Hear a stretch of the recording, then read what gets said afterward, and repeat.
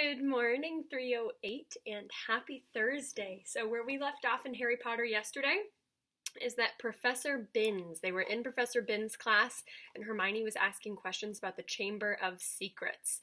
And Mr. Binns is known for, well, he's a ghost. He's the only ghost teacher, but he has a very slow, boring voice. So I'm going to try my very best to read very slow and boring, like Professor Binns while he's talking, but it looks like he talks for a while. So I may have to speed it up a little bit. We don't have pictures for the next 4-ish pages, just so you know. I know, you're stuck with me.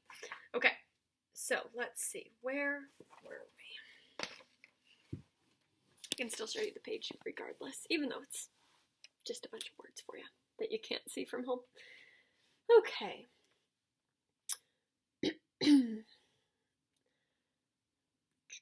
However, the legend of which you speak is such a very sensational, even ludicrous tale. But the whole class was now hanging on Professor Binns' every word. He looked dimly at them all. Every face turned towards his. Harry could tell he was completely thrown by such an unusual show of interest. "Oh, very well," he said slowly. "Let me see. The Chamber of Secrets. You all know, of course, that Hogwarts was founded over 1,000 years ago. The precise date is uncertain. By the 4 greatest witches and wizards of the age. The 4 schoolhouses are named after them. Godric Gryffindor, Helga Hufflepuff, Rowena Ravenclaw, and Salazar Slytherin.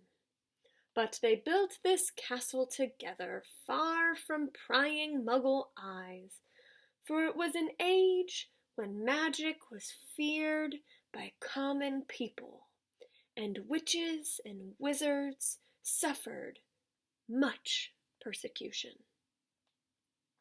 He paused and gazed blearingly around the room and continued. "For a few years the founders worked in harmony together, seeking out youngsters who showed signs of magic and bringing them to the castle of the educated. But then disagreement sprang up between them, and a rift began to grow between Slytherin and the others.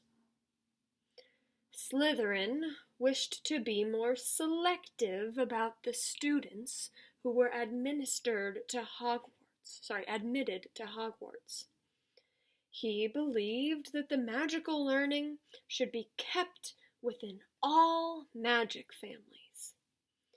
He disliked taking students of Muggle parentage, believing them to be untrustworthy.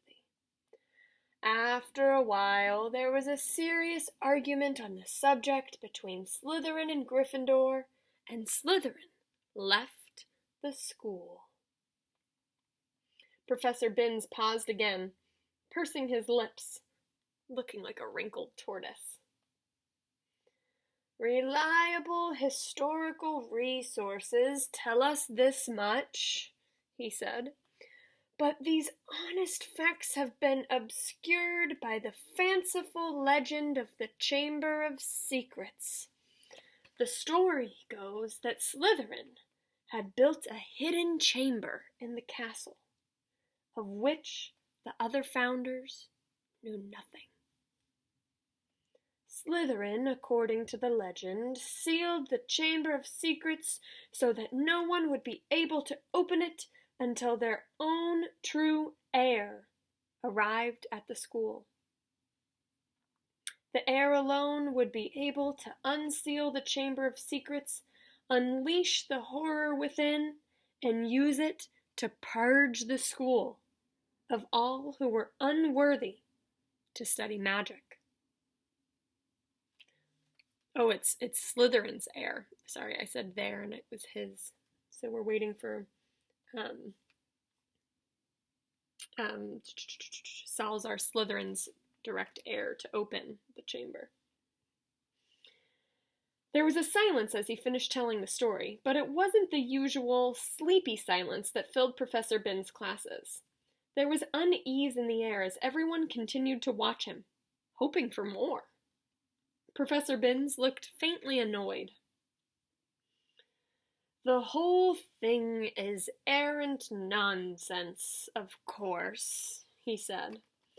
Naturally, the school has been searched for evidence of such a chamber many times by the most learned witches and wizards. It does not exist. It is a tale told to frighten the gullible. Does anyone know what gullible means? Gullible is when you fall for something easily, like when you say, "Oh my gosh, look, the sky is yellow." And someone looks up, I don't know. When you fall for a trick. Hermione's hand was back in the air. Sir, what exactly do you mean by the horror within the chamber?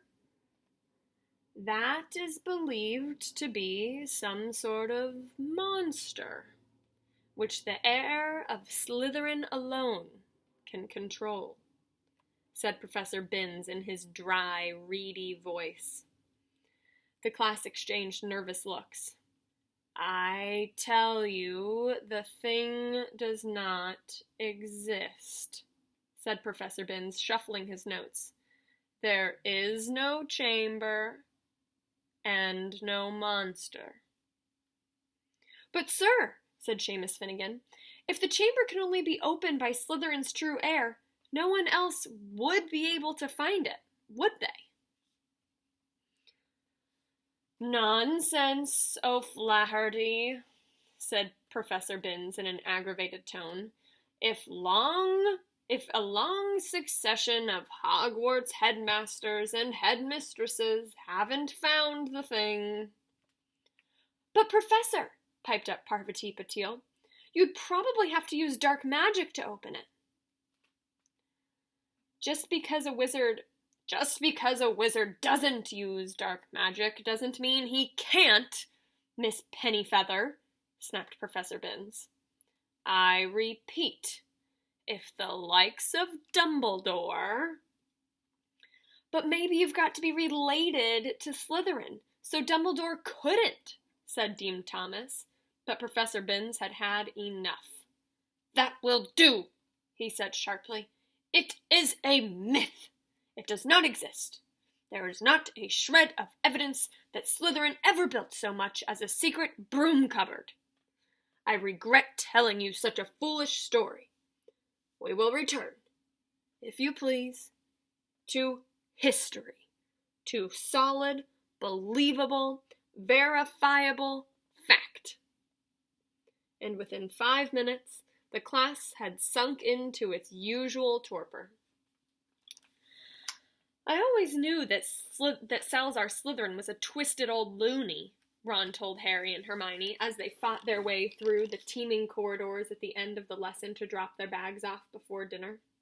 But I never knew he started all this pure blood stuff. I wouldn't be in his house if you paid me. Honestly, if the Sorting Hat had tried to put me in Slytherin, I'd have gotten the train right back home. Hermione nodded fervently, but Harry didn't say anything. His stomach had just dropped unpleasantly. Harry had never told Ron and Hermione that the Sorting Hat had seriously considered putting him in Slytherin. He could remember, as though it was yesterday, the small voice that had spoken in his ear when he placed the hat on his head a year before. You could be great, you know. It's all here in your head, and Slytherin would help you on the way to greatness, no doubt about that. But Harry, who had already heard the Slytherin's house reputation for turning dark wizards, had thought desperately, not Slytherin. And the hat said, Oh, well, if you're sure, better be Gryffindor. As they were shunted along the throng, Colin Creevey went past. "Hiya, Harry!" "Hello, Colin," said Harry automatically. Harry! A boy in my class has been saying you're—" But Colin was so small he couldn't fight against the tide of people bearing him towards the great hall. They heard him squeak, "See you, Harry!" and he was gone. "What's a boy in his class saying about you?" Hermione wondered. "That I'm Slytherin's heir, I expect," said Harry, his stomach dropping another inch or so as he suddenly remembered the way that Justin Finch-Fletchy had run away from him at lunchtime. "People here will believe anything," said Ron, in disgust. The crowd thinned and they were able to climb the next staircase without difficulty. "Do you really think there's a Chamber of Secrets?" Ron asked Hermione. "I don't know," she said, frowning. "Dumbledore couldn't cure Mrs. Norris, and that makes me think that whatever attacked her might not be, well, human." I'm going to stop there because we're over our 10-minute mark. Sorry you didn't get any pictures today. You do get one pretty quickly tomorrow and the next few pages after that. So, I will see you tomorrow on Friday. Have a great day.